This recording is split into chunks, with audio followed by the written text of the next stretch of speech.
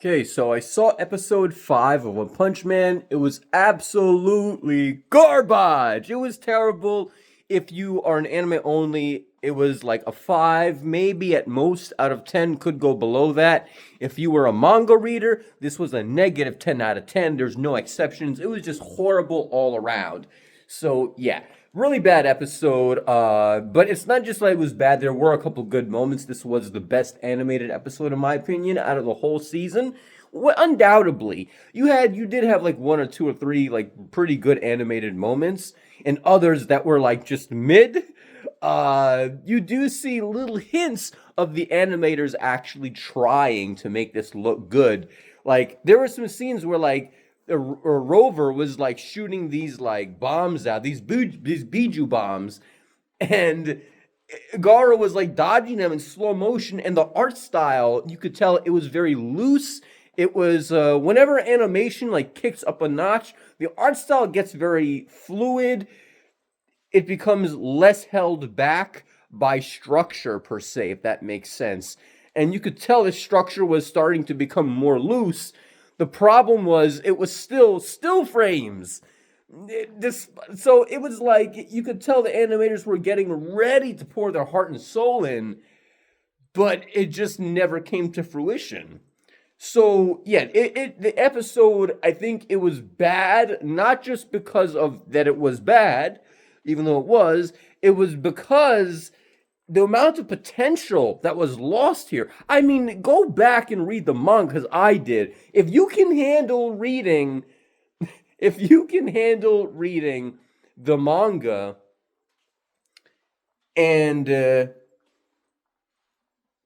actually, I mean, if you can handle looking at the anime, there's no reason for you to not go back and look at the manga because the manga is actually weirdly enough there's better animation in the manga than there even is in the anime. It is far more epic. You don't even need to like be like a reader. Just look at the fucking panels, bro.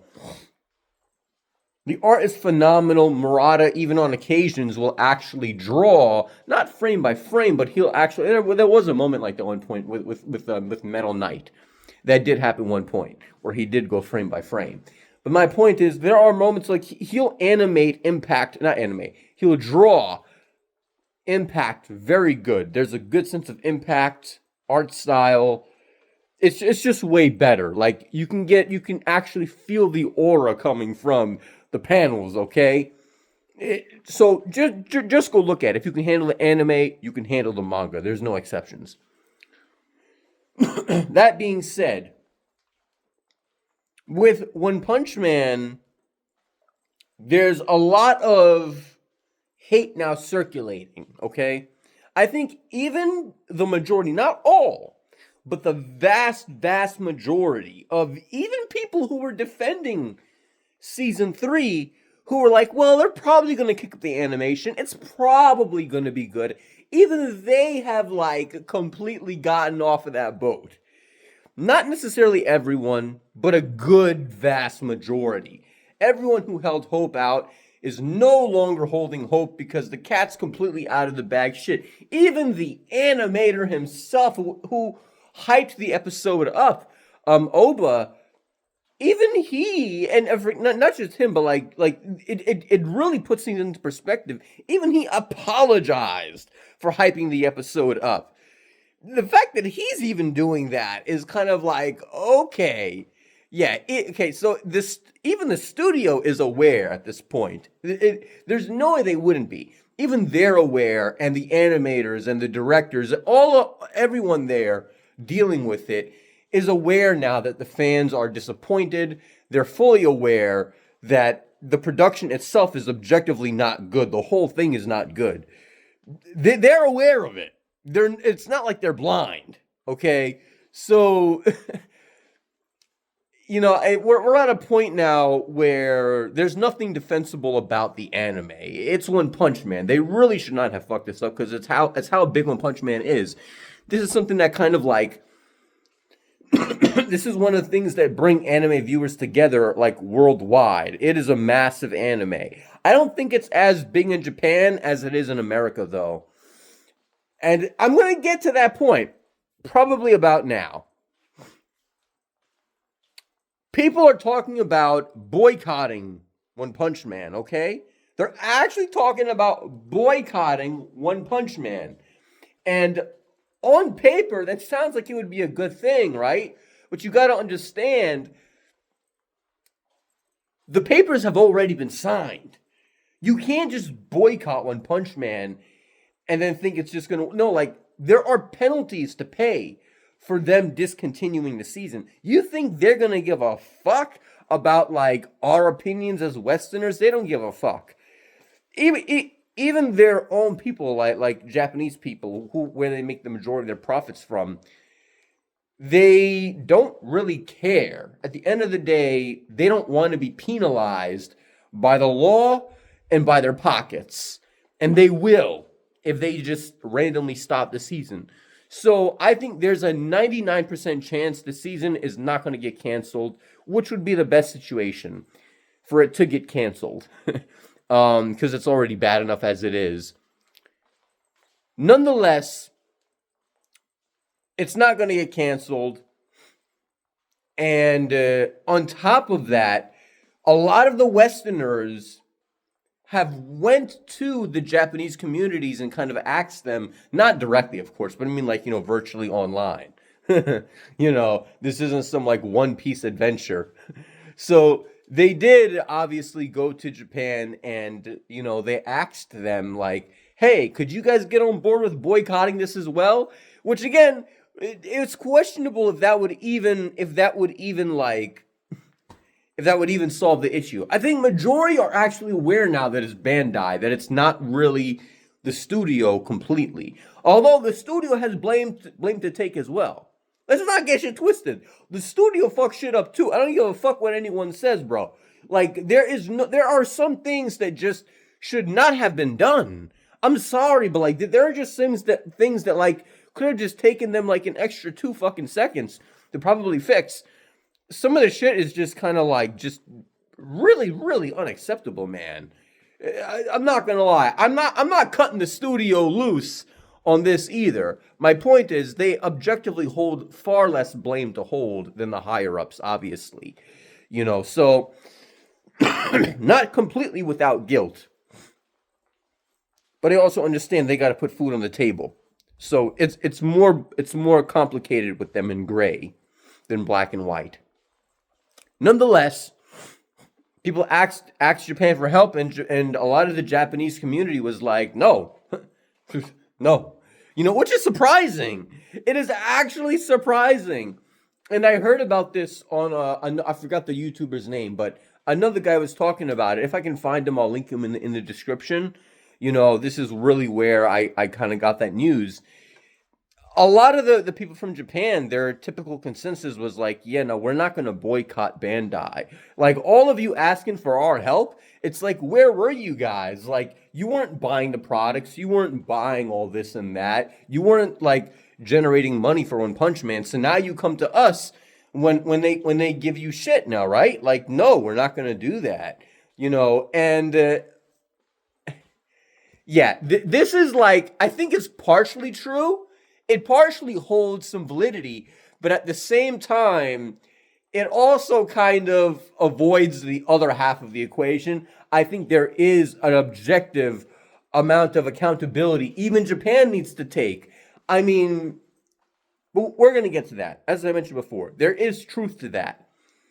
America objectively doesn't generate the amount of wealth that Japan itself does.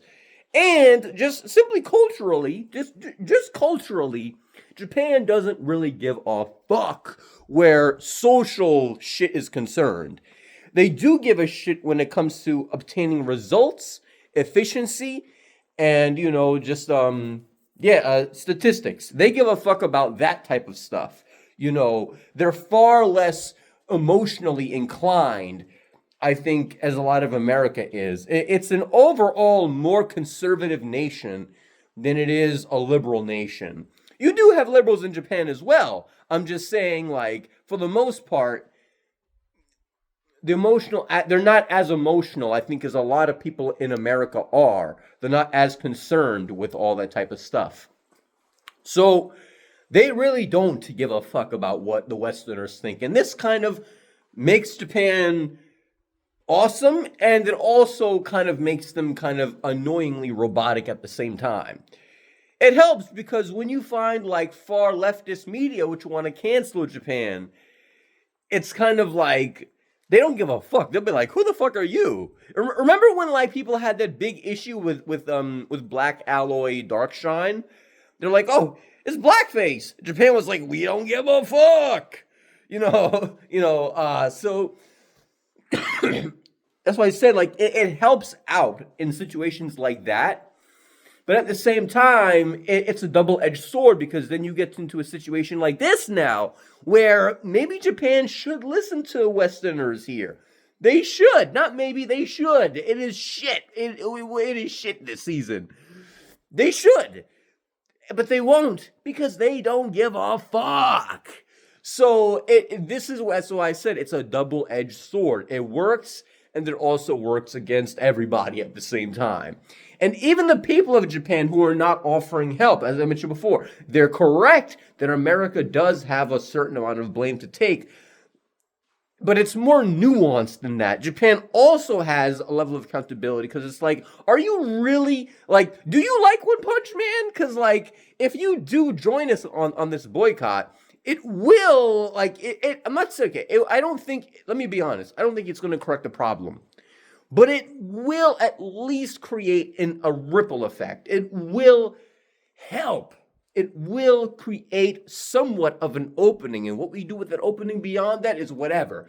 But it will create an impact. Japan, however, I think it's complicated. I think it kind of implies that One Punch Man is not as valued in Japan as it is in America. Full stop. That's one. Two, and not just One Punch Man, but anime in general. It really isn't as appreciated as the deep weeaboos in America. Kind of how Americans view cartoons. Cartoons probably aren't as idolized in America as they are in Japan, to be honest with you. So, and there are more weeaboos in America than there are Westaboos in Japan, objectively, and across the world. Knowing that, though, right?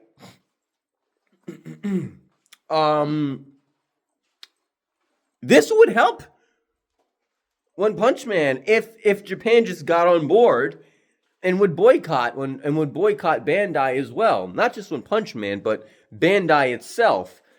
But as I mentioned before, I think the complexity is that, one,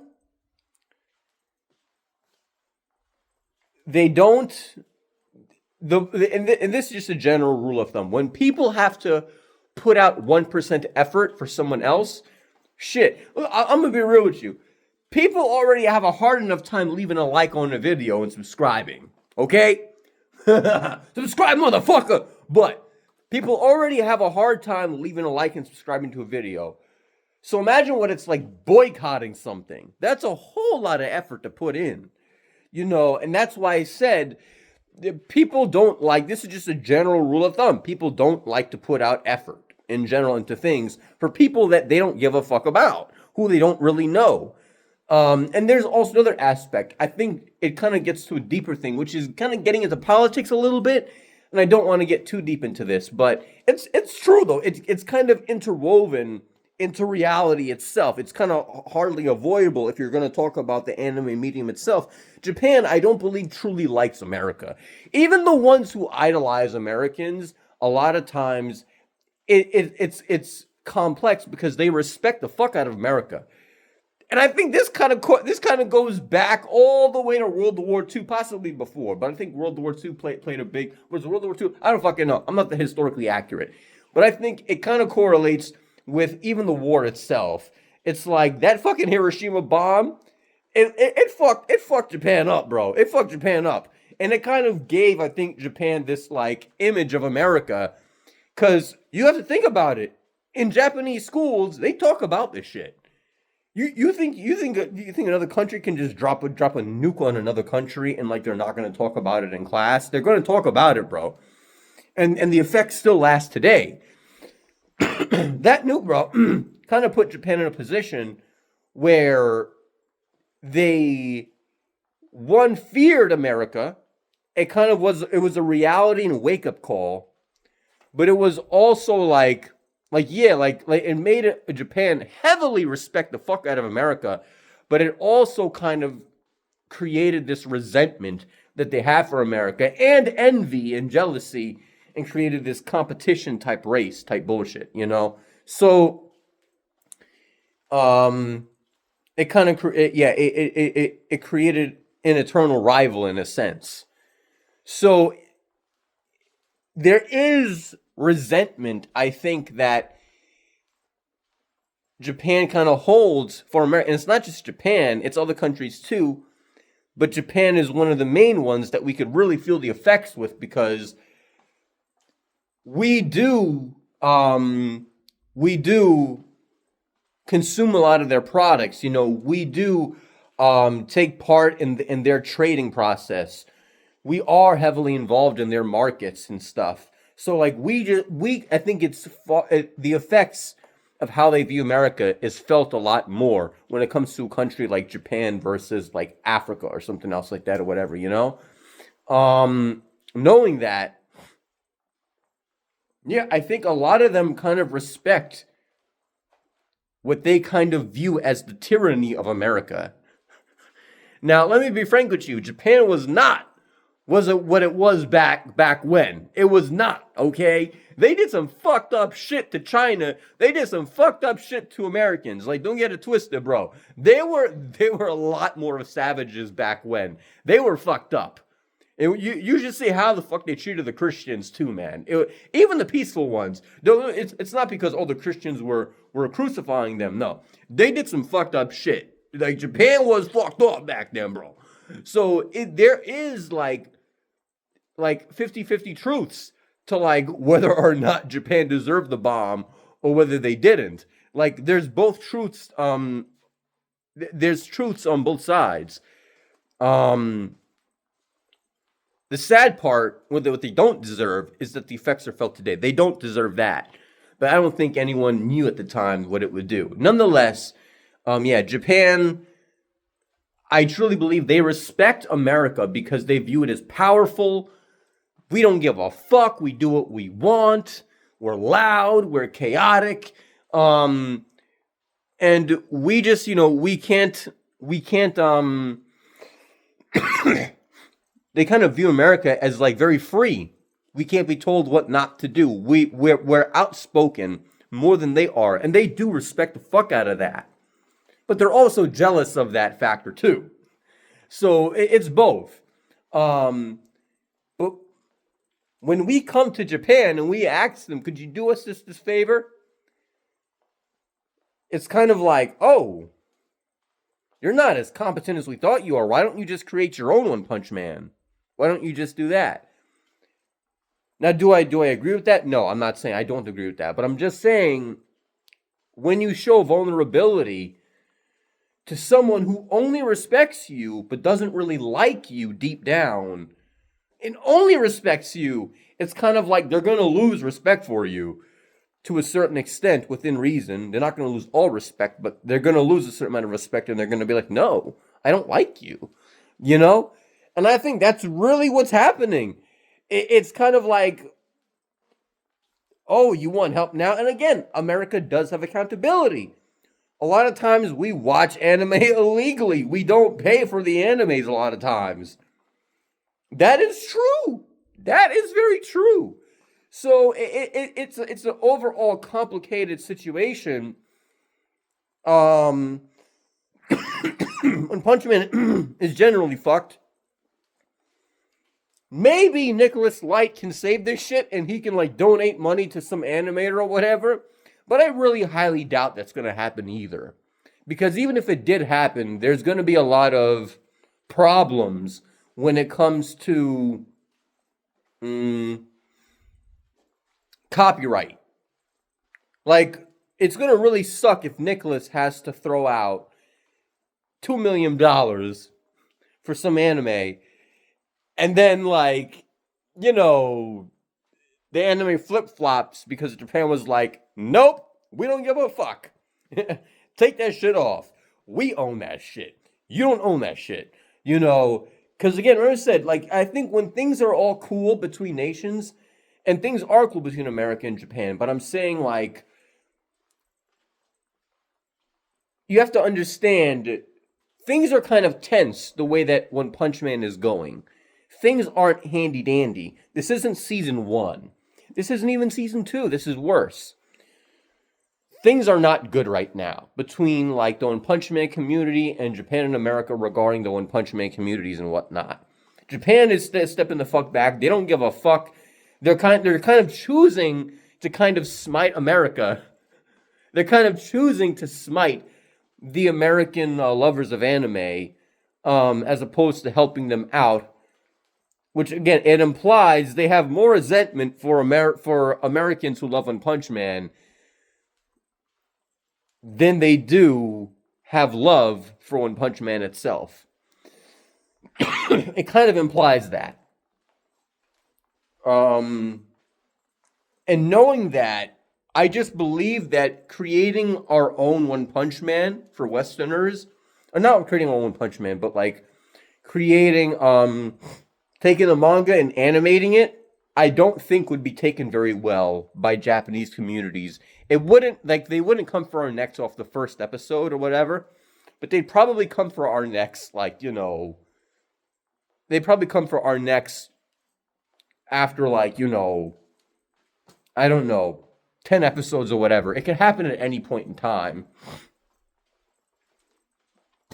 And there is no way to avoid that unless you just block Japan from seeing it. But that's not going to slip under the radar. There's going to be word that spreads around. That would make things even worse. So I don't think that it's a viable solution to just take it into our own hands. If we created a spectacular One Punch Man equal to season 1,